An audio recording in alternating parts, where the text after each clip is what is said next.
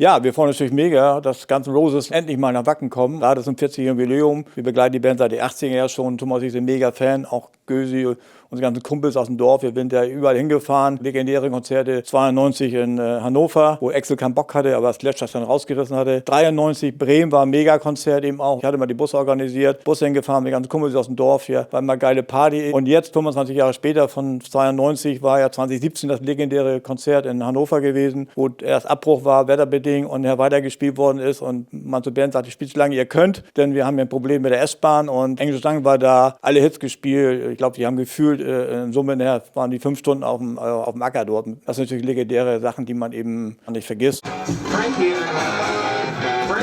drop the beat. Let's crank it up. Das erste Mal ganz losgegangen, das war bei Gösi und Thomas im Proberaum bei Skyline, hier in Wacken in der Schönefelder Straße. Es war nicht Heavy Metal, kommen ja aus dem New Wave of British Heavy Metal, da kommen wir her, Saxon, Iron Maiden, Priest und so weiter. Das war komplett anderes. Das war rotzig, das war frech, das war dynamisch, das war pure Energie mit Axel als Sänger. Slash war mal total angefixt an den Gitarrenspiel und so weiter, wo ich eigentlich keine Ahnung von habe, aber ich fand es einfach geil, so wie er Gitarre spielt. Finde ich auch noch geil. Also wenn dann stehe ich auch vor der Bühne, gucke mir das an, wie der Gitarre spielt. Wir haben es geliebt und leben es heute noch. Für mich ist die Musik zeitlos, mir hilft die Musik auch unglaublich, auch gerade in der Corona-Zeit habe ich fast täglich Guns N' Roses gehört eben auch.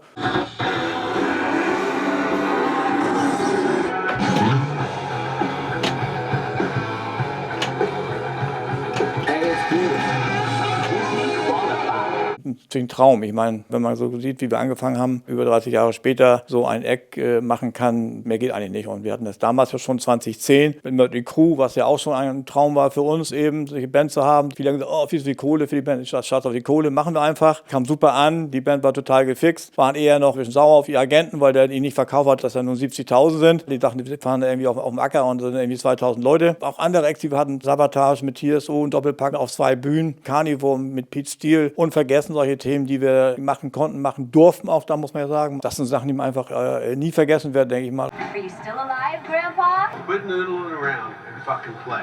Passender geht's gar nicht. Wir haben ja auch vor Jahren eine Bühne nach Guns N' Roses benannt, Welcome to the Jungle. Die Idee kam ja eigentlich über den Song, mein Lieblingssong auch. Und so ist das Festival.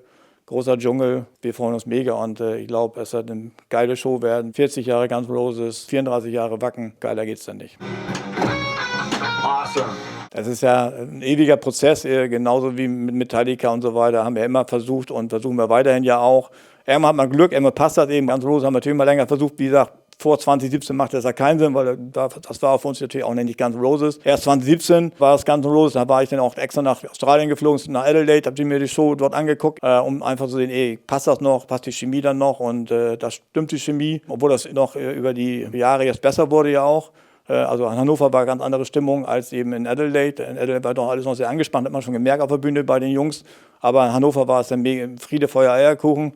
Und insofern, freut man sich dann einfach. Don't keep the crowd waiting.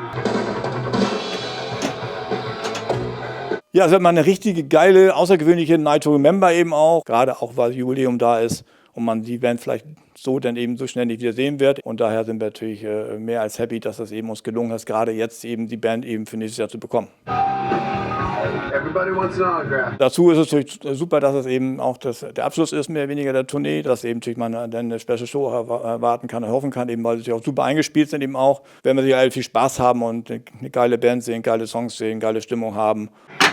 Great job. Das Festival ist jetzt Ausverkauf, aber es gibt natürlich unsere Warteliste, wo man sich registrieren lassen kann eben auch.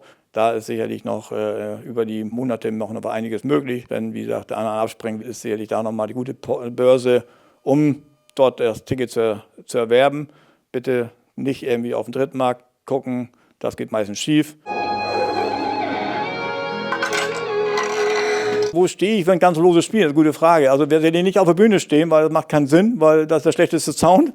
Ich hoffe, dass ich vor der Bühne irgendwo stehen kann und dann Platz finde und das genießen kann auch. So kurz vor Weihnachten so eine Bescherung noch zu bekommen, das ist also mir fehlen mir eigentlich noch die Worte, muss ich sagen, bin echt happy.